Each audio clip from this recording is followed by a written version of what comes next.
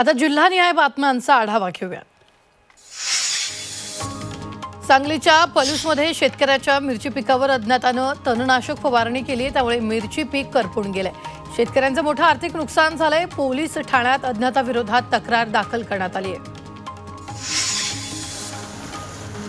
सांगलीच्या मिरजमध्ये वादळी वाऱ्यासह अवकाळी पाऊस झालाय, त्यामुळे घरांचे पत्रे उडून गेलेत। पावसामुळे अनेक ठिकाणी विद्युत पुरवठा खंडित झालाय, त्यामुळे जनजीवनावर आणि आठवडी बाजारांवर परिणाम झालाय। सांगलीत झालेल्या अवकाळी पावसामुळे द्राक्ष बागेचं मोठ्या प्रमाणात नुकसान झालंय। द्राक्ष बागा जमीनदोस्त झाल्यानं शेतकऱ्यांचं लाखो रुपयांचं नुकसान झालंय, त्यामुळे शासनाकडून तातडीने नुकसानीचे पंचनामे करून भरपाई मिळावी अशी मागणी शेतकऱ्यांकडून होतीये। सांगलीतील घबकवाडीत गांजाची विक्री केल्याप्रकरणी कारवाई करण्यात आली। या कारवाईत 8 लाखांचा 28 किलोचा गांजा जप्त केला, तर 3 जणांना पोलिसांनी अटक केली आहे।